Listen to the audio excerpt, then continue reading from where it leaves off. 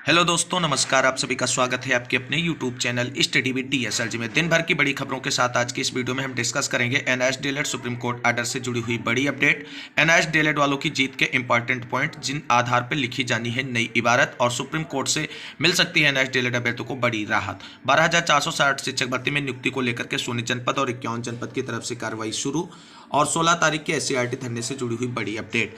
69,000 आरक्षण मामले में आज की बड़ी अपडेट निकलकर सामने आ रही है, और आरक्षण विसंगति का समाधान इसी महीने हो सकता है, और कोर्ट की कार्रवाई भी आगे की ओर बढ़ती नजर आ रही है। वहीं BPSC TRE में चयनित शिक्षिका पर BPSC की तरफ से की गई बड़ी कार्रवाई। औपबंधिक नियुक्ति पत्र निरस्त के बाद नियोजित शिक्षिका के रूप में कार्य कर रही हैं, वो नौकरी भी जाने के आसार। तो सभी खबरों को विस्तार पूर्वक जानेंगे, वीडियो में अंत तक बने रहें, और प्लीज वीडियो को लाइक करें, दोस्तों में शेयर करें तथा चैनल को सब्सक्राइब कर लें जितने भाई बहन चैनल पर पहली बार विजिट कर रहे हैं। वीडियो में अंत तक बने रहें, सारी चीजें आप सभी के साथ सही और सटीक तरीके से विश्लेषित करने का प्रयास करेंगे। तो साथियों, सबसे पहले हम बात करेंगे 12,460 शिक्षक भर्ती में नियुक्ति प्रक्रिया को लेकर के बड़ी अपडेट के बारे में। साथियों, जैसा कि आप सभी लोग जानते हैं कि 12,460 शिक्षक भर्ती में हाई कोर्ट से ऑर्डर आ चुका है। सोनी जनपद और 51 जनपद दोनों को मिला करके 3 महीने के अंदर नियुक्ति प्रक्रिया पूरी करने का आदेश सरकार और बेसिक शिक्षा विभाग उत्तर प्रदेश के लिए निर्गत किया गया है। और अब आप सभी को बता दें, 12,460 शिक्षक भर्ती अभ्यर्थियों की तरफ से जो सोनी जनपद वाले हैं, उन्होंने कैविएट दाखिल कर दी सुप्रीम कोर्ट में अपने मामले को यथाशीघ्र आगे बढ़ाने को लेकर के, और लगातार अधिकारियों से मुलाकातें और सोशल मीडिया के माध्यम से ट्विटर कैंपेन और पोस्टरबाजी की जा रही है। अब 51 जनपद के अभ्यर्थियों की तरफ से 16 तारीख को SCRT में एक बड़े धरना प्रदर्शन का आयोजन किया गया है, और उस धरना प्रदर्शन का मुख्य उद्देश्य यही है कि जिससे 12,460 शिक्षक भर्ती के मामले में जो भी कोर्ट ऑर्डर आया उसके अनुपालन में यथाशीघ्र शासनादेश निर्गत करते हुए काउंसलिंग की प्रक्रिया शुरू की जाए। अन्यथा इससे पहले कहीं भर्ती फंसने के लिए विपक्षी लोग सुप्रीम कोर्ट ना पहुंच जाएं। और आपको बता दें, सोनी जनपद वाले अभ्यर्थी जिनको मिलकर के SCRT में साथ में रहना चाहिए था, धरना प्रदर्शन करना चाहिए था, लेकिन सोनी जनपद वालों ने 16 तारीख के SCRT धरने से अपने को अलग कर लिया है, और अब सोनी जनपद के अभ्यर्थी 16 तारीख को SCRT धरने में पार्टिसिपेट नहीं करेंगे। यानी 51 जनपद वाले जो अभ्यर्थी हैं उनकी तरफ से SCRT में 16 तारीख को धरना प्रदर्शन किया जाएगा। सोनी जनपद वाले अभी फिलहाल SCRT पे धरना प्रदर्शन को लेकर के इस मामले से अलग हो चुके हैं। इससे जुड़ी हुई अपडेट आप सभी को दिखा देते हैं। यहाँ पर आप सभी लोग देख सकते हैं कि 12,460 शिक्षक भर्ती। अभी सोनी जनपद के लोगों को लखनऊ नहीं जाना है, जब जरूरत लगेगी तो आप सभी लोगों को सूचित करेगी टीम। आप लोग अपने एरिया में विधायक मंत्री जी से मिलें और ज्ञापन दें, और जब आप लोगों की लखनऊ में जरूरत होगी तो आप सभी को टीम के द्वारा मैसेज करके सभी को लखनऊ बुला लिया जाएगा। यहाँ भी देख सकते हैं कि सोनी जनपद वाले अभ्यर्थियों के लिए विशेष रिक्वेस्ट की गई है कि सभी साथी विधायक, सांसद और सरकार के बड़े नेताओं से मिलना शुरू करो, ज्ञापन देना शुरू करो। फोन पर अपडेट लेने से ये भर्ती जल्द नहीं हो जाएगी, सभी को ये काम करना होगा, और अगर जरूरत पड़ी तो सोनी जनपद के अभ्यर्थी भी लखनऊ पहुंचकर अपनी बात अधिकारियों तक रखेंगे, और नियुक्ति प्रक्रिया के लिए विस्तृत शासनादेश और काउंसलिंग शेड्यूल जल्द जारी कराने को लेकर के दबाव बनाएंगे। वहीं आप सभी को बता दें, और यहाँ भी आप सभी लोग देख सकते हैं कि 12,460 शिक्षक भर्ती के सोनी जनपद और 51 जनपद के साथी काफी सक्रिय हैं अपनी नियुक्ति प्रक्रिया को पूरा कराने के लिए। यहाँ पर देख सकते हैं 12,460 शिक्षक भर्ती निवेदन पत्र। माननीय मुख्यमंत्री जी 12,460 शिक्षक भर्ती का आदेश माननीय उच्च न्यायालय से 31 अक्टूबर को आ गया है, जिसमें सरकार की जीत हुई। आपसे निवेदन है कि 12,460 शिक्षक भर्ती प्रक्रिया जल्द प्रारंभ करके हम सभी को नियुक्ति पत्र के माध्यम से अपना आशीर्वाद प्रदान करें, और यहाँ पर ऑर्डर के एक पेज नंबर 52 को भी टैग करते हुए ये जानकारी जो है सोशल मीडिया के माध्यम से माननीय मुख्यमंत्री जी तक पहुंचाने का प्रयास किया जा रहा है। अब देखना है कि दीपावली का अवकाश समाप्त हो रहा है, 16 का SCRT धरना क्या रंग लाता है। 12,460 शिक्षक भर्ती में जो भी आगे इससे जुड़ी अपडेट होगी आप सभी को चैनल के माध्यम से इसके बारे में जानकारी शेयर की जाएगी। मूव करते हैं 69,000 शिक्षक भर्ती की तरफ। तो साथियों, जैसा कि आप सभी लोग जानते हैं, 12,460 शिक्षक भर्ती तो अपने लिए संघर्ष और प्रयास कर रही, उनका मामला नीट एंड क्लीन है। बेसिक शिक्षा विभाग को इसमें त्वरित कार्रवाई करते हुए आगे बढ़ना चाहिए। वहीं 69,000 शिक्षक भर्ती आरक्षण विसंगति मामले को लेकर के आज की बड़ी अपडेट निकलकर सामने आ रही है। साथियों, जैसा कि आप सभी लोग जानते हैं, 68 और चयन सूची वाले अभ्यर्थियों की तरफ से जो है धरना प्रदर्शन की घोषणा कर दी गई, और 17 तारीख को लखनऊ में एक महा आंदोलन आयोजित किया जाएगा। इसके लिए भी रूपरेखा तैयार की गई, लेकिन जो 69,000 शिक्षक भर्ती आरक्षण विसंगति मामले में सबसे बड़ी और अच्छी अपडेट है तो वो ये है कि जो 19,000 सीटों की मांग करने वाले आरक्षण पीड़ित अभ्यर्थी हैं भास्कर सिंह, पुष्पेंद्र सिंह जेलर और सुशील कुमार भाई की टीम, वो भी अब कहीं ना कहीं एक साथ मिलकर लड़ने की बात कर रही है। और अगर हमने आप सभी को कहा था कि ये दोनों टीमें आपस में लड़कर एक साथ संघर्ष करेंगी, मिल करके, आपस में लड़ करके नहीं साथियों, आपस में मिल करके अगर ये संघर्ष करेंगे सरकार से तो इनकी जीत सुनिश्चित है। और वो आज बड़ी अपडेट निकलकर भास्कर भाई की तरफ से आ चुकी है कि हम सभी आरक्षण पीड़ित अभ्यर्थी, चाहे वो 6800 चयन सूची वाले हों, चाहे 19,000 सीटों की मांग करने वाले हों, सबको एक साथ मिल करके लड़ना होगा, तभी इस सरकार से हमको अपना हक और अधिकार मिलेगा। इससे जुड़ी बड़ी अपडेट देख सकते हैं आप सभी लोग। सबसे पहले बात करेंगे जो 6800 चयन सूची वाले अभ्यर्थियों की तरफ से 17 तारीख के धरने के लेकर के महत्वपूर्ण प्रोग्राम या प्लान तैयार किया गया है, उसको लेकर के। तो 69,000 शिक्षक भर्ती आरक्षण महाघोटाला, महत्वपूर्ण सूचना, 6800 में चयनित सभी साथियों के पास संघर्ष करने का समय केवल 27 नवंबर तक ही है। जो करना है वो इसी समय में करना है। पहला प्रयास समय मिलते ही प्रमुख सचिव माननीय मुख्यमंत्री आदरणीय संजय प्रसाद जी से मुलाकात हो जाएगी। हो सकता है इन्हीं के माध्यम से माननीय मुख्यमंत्री जी से भी मुलाकात हो जाए, और अगर ऐसा हुआ तो अवश्य न्याय मिलेगा। दूसरा प्रयास जो है, यानी पहले प्रयास के अंतर्गत जो है वो समय मिलते ही प्रमुख सचिव जी से मुलाकात, यानी संजय प्रसाद जी से मुलाकात करेंगे, और जिनके माध्यम से माननीय मुख्यमंत्री जी से मुलाकात करने का प्रयास किया जाएगा। और अगर ऐसा होता है तो न्याय अवश्य मिलेगा। दूसरे प्रयास में 17 नवंबर को महाधरना है, जिससे सरकार 20 नवंबर को माननीय कोर्ट से न्याय का रास्ता प्रशस्त करा ले। तीसरा प्रयास है 25 नवंबर के आसपास नेता प्रतिपक्ष आदरणीय अखिलेश यादव जी के आवास का घेराव, बहुत हुआ पीडीए का नारा। अगर आप वास्तव में दलित, पिछड़े, अल्पसंख्यकों के नेता हो तो 28 नवंबर को शीतकालीन सत्र में विधानसभा की सारी कार्रवाई रोककर 69,000 में पीड़ित ओबीसी एससी समाज के हजारों छात्रों को न्याय दिलाने के लिए सदन में चर्चा कराओ, और ओबीसी एससी समाज के पीड़ित हजारों छात्रों को न्याय दिलाओ। तो 6800 चयन सूची वाले जो 17 तारीख से को महाधरना प्रदर्शन आंदोलन की घोषणा कर चुके हैं, उनकी तरफ से ये बड़ी अपडेट है। पहले प्रयास में माननीय मुख्यमंत्री जी से मुलाकात करने का प्रयास किया जाएगा, दूसरे प्रयास में 17 को महाधरना आयोजित किया जाएगा, और फिर अंत में माननीय मुख्यमंत्री पूर्व मुख्यमंत्री अखिलेश यादव जी के आवास का घेराव किया जाएगा, जिनसे आरक्षण पीड़ित अभ्यर्थियों के साथ में लड़ाई लड़ने को, सड़कों पर संघर्ष करने के लिए बात की जाएगी। सदन से संघर्ष शुरू होगा और सड़क तक संघर्ष जारी रहेगा। अब 69,000 शिक्षक भर्ती में आर पार की लड़ाई के लिए अभ्यर्थियों ने मन में ठान ली है। वहीं अब बात कर लेते हैं 69,000 शिक्षक भर्ती में 19,000 सीटों की मांग करने वाले भास्कर भाई की तरफ से क्या बड़ी अपडेट और सकारात्मक खबर निकलकर सामने आई है। तो दोस्तों, भास्कर भाई ने बहुत अच्छा आह्वान किया है और इनके आह्वान का स्वागत होना चाहिए। समय की मांग है कि 69,000 आरक्षण घोटाले की सारी टीम एक मंच पर आकर लड़ें। घोटाला 4800 का है, 6800 का है, 5844 का है या 19,000 प्लस का है, ये न्यायपालिका के विवेक पर छोड़ दो। हमारी मांग 69,000 आरक्षण घोटाले के निस्तारण की होनी चाहिए।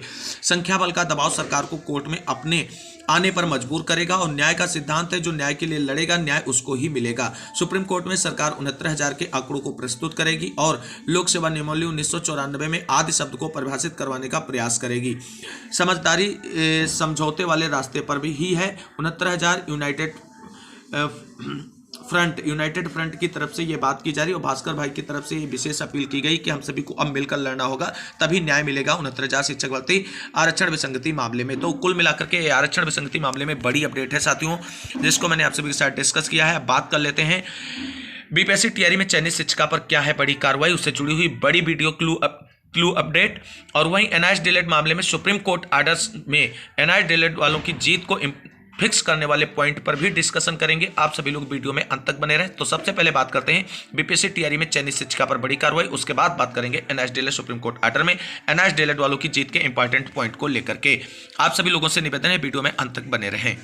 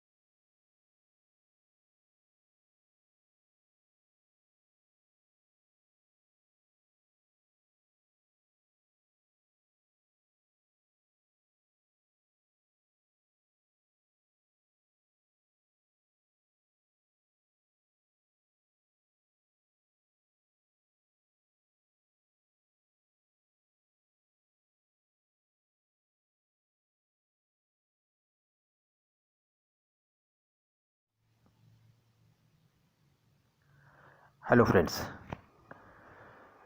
अनाइवस डिलेट वर्सेज उत्तराखंड सरकार का जो केस माननीय सर्वोच्च न्यायालय में लगा हुआ था, इसके लिए 7 नवंबर 2023 को ऑर्डर रिजर्व हो चुका है और कुछ ही दिनों में इसमें फाइनल जजमेंट आने वाला है।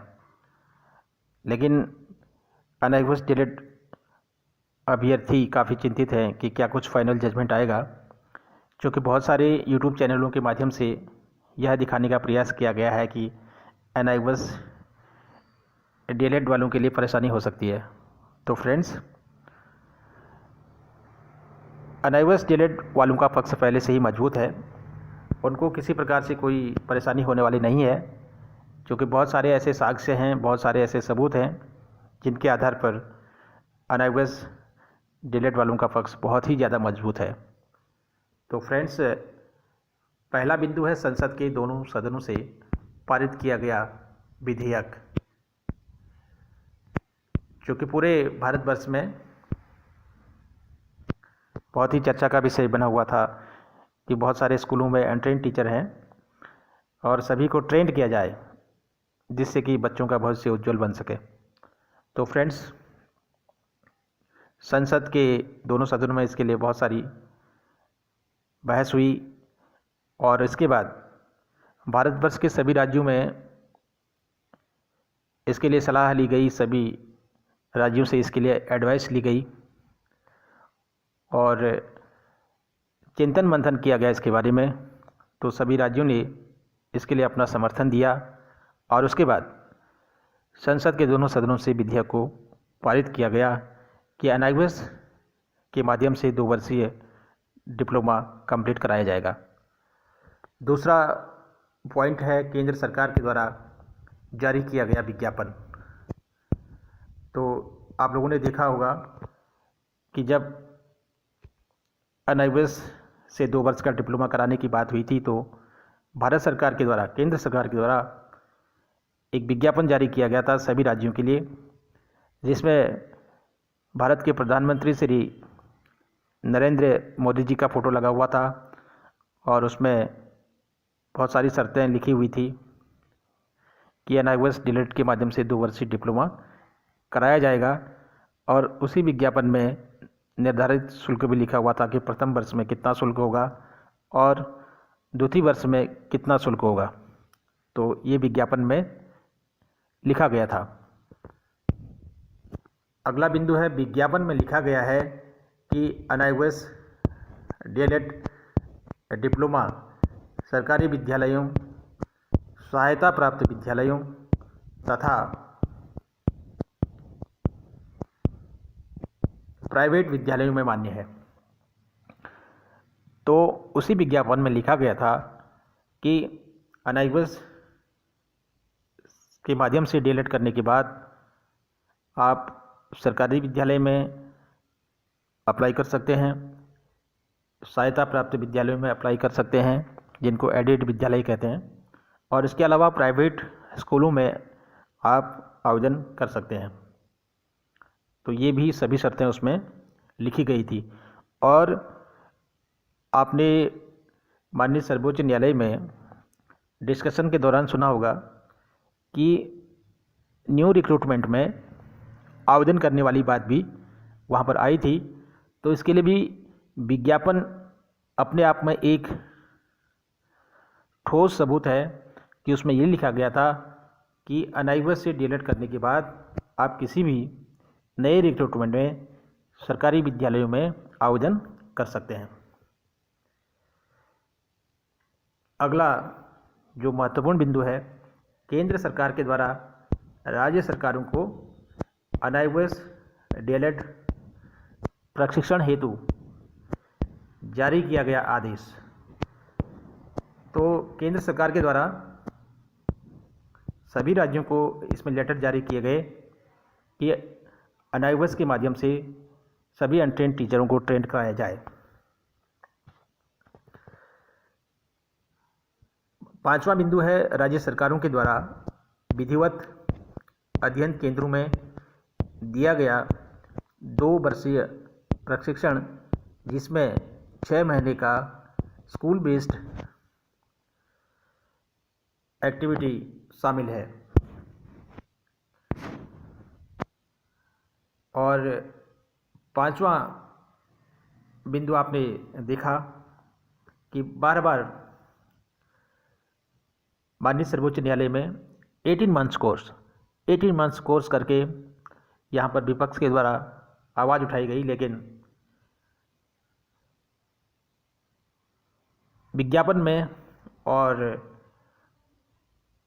अन्य कहीं भी 18 महीने के कोर्स का कोई भी लिखित प्रमाण नहीं है और सब जगह 2 वर्षीय डिप्लोमा लिखा गया है।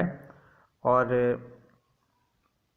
आपने देखा होगा कि जो 14 सितंबर 2022 को माननीय हाईकोर्ट ऑफ उत्तराखंड का फाइनल जजमेंट निकला था, उसमें लिखा गया है कि इसमें 18 मंथ्स कोर्स स्टडी सेंटरों में कराया गया है और इसमें जो 6 मंथ का एक्सपीरियंस जो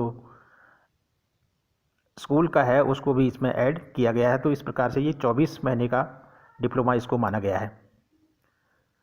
तो फ्रेंड्स, छठा बिंदु है अनएबल्ड डीएलएड मार्कशीट और डिप्लोमा, जिसमें शैक्षिक सत्र 2017-19 2 वर्षीय डिप्लोमा लिखा हुआ है, सभी अभ्यर्थियों को प्रदान किया गया है। जब फाइनली 2017-2019 शैक्षिक सत्र में 2 वर्षीय डिप्लोमा कंप्लीट किया गया तो उसमें मार्कशीट और डिप्लोमा मिला था, तो उसमें भी 2 वर्षीय डिप्लोमा लिखा गया है। यह भी एक अपने आप में महत्वपूर्ण बिंदु है ठोस सबूत के रूप में। अगला पॉइंट है एमएचआरडी तथा एनसीटी से मान्यता संबंधी प्रमाण पत्र, क्योंकि संसद के दोनों सदनों में जब विधेयक पारित हुआ था तो एमएचआरडी, जिसको अब मिनिस्ट्री ऑफ एजुकेशन कहा जाता है, केंद्रीय शिक्षा मंत्रालय के द्वारा लेटर जारी किया गया था और एनसीटी के द्वारा मान्यता संबंधी लेटर भी इसमें जारी किया गया था। 8वां पॉइंट है पटना हाईकोर्ट तथा त्रिपुरा हाईकोर्ट का जजमेंट, जिसके आधार पर अनएबल्ड डीएलएड अभ्यर्थियों को सरकारी शिक्षक बनने का अवसर मिला है। जिस प्रकार से अभी उत्तराखंड में ये संघर्ष चल रहा है अनएबल्ड डीएलएड वालों का, उसी प्रकार से पटना बिहार में, त्रिपुरा में, छत्तीसगढ़ में काफ़ी संघर्ष अनएबल्ड डीएलएड अभ्यर्थियों ने किया है। तो पटना हाईकोर्ट जजमेंट के आधार पर और त्रिपुरा हाईकोर्ट जजमेंट के आधार पर वहाँ के अभ्यर्थियों को राजकीय प्राथमिक विद्यालय में सरकारी शिक्षक बनने का मौका मिल चुका है। यह भी एक अपने आप में बहुत बड़ा उदाहरण है। अगला बिंदु है सचिव आर मीनाक्षी सुंदरम जी के द्वारा जारी किया गया आदेश, जिसमें अनएबल्ड डीएलएड अभ्यर्थियों को उत्तराखंड प्राथमिक शिक्षक भर्ती 2020 में शामिल करने का आदेश जारी किया गया है। तो जब वर्ष 2020 में उत्तराखंड में राजकीय प्राथमिक शिक्षक भर्ती के लिए विज्ञापन जारी हुआ था, तो उसमें सचिव महोदय आर मीनाक्षी सुंदरम जी के द्वारा एक आदेश जारी किया गया था सभी जिला शिक्षा अधिकारियों को, और उसमें ये कहा गया था कि सभी अनएबल्ड डीएलएड वालों को भी इस भर्ती प्रक्रिया में शामिल किया जाए। इसके पश्चात ही सभी अनएबल्ड डीएलएड अभ्यर्थियों के द्वारा पूरी शैक्षिक योग्यता के आधार पर ही इसमें अप्लाई किया गया था, क्योंकि अनएबल्ड डीएलएड वालों के पास संपूर्ण शैक्षिक योग्यता जिनके पास थी उन्होंने इसमें अप्लाई किया था। 10वां बिंदु है माननीय हाईकोर्ट ऑफ उत्तराखंड का 14 सितंबर 2022 का जजमेंट, जिसमें अनएबल्ड डीएलएड अभ्यर्थियों को उत्तराखंड प्राथमिक शिक्षक भर्ती में शामिल करने का आदेश दिया गया है। तो उत्तराखंड में जो केस चला NIOS डिलीट वालों का, तो उसमें माननीय हाई कोर्ट ऑफ उत्तराखंड के द्वारा फाइनल जजमेंट दिया गया NIOS डिलीट वालों के पक्ष में, और उसमें आदेश भी किया गया कि NIOS डिलीट वालों को भी उत्तराखंड राजकीय प्राथमिक शिक्षक भर्ती में शामिल किया जाए। तो फ्रेंड्स, इतने सारे महत्वपूर्ण बिंदु हैं जो कि माननीय सर्वोच्च न्यायालय में प्रस्तुत किए गए हैं। तो इसी के आधार पर माननीय सर्वोच्च न्यायालय फाइनल जजमेंट तैयार करेगा और फाइनली जो है इसमें NIOS डिलीट वालों को विजय प्राप्त होगी। तो फ्रेंड्स, आज दीपावली का पर्व है और आप सभी अभ्यर्थियों को दीपावली की बहुत सारी शुभकामनाएं, बहुत बहुत बधाइयाँ। प्रभु श्री राम आपके जीवन में खुशियाँ लेकर के आए, क्योंकि 14 वर्ष के वनवास के बाद प्रभु श्री राम अपने घर वापस लौटते हैं आज ही के दिन।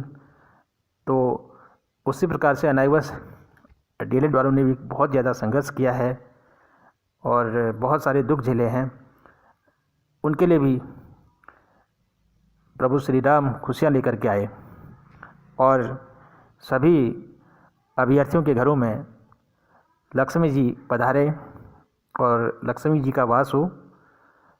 और पुनः आप सभी लोगों को दीपावली की हार्दिक शुभकामनाएं, और पुनः मुलाकात होती है आप लोगों के साथ कुछ नई और ताज़ा जानकारी के साथ। तब तक के लिए जय हिंद, जय भारत।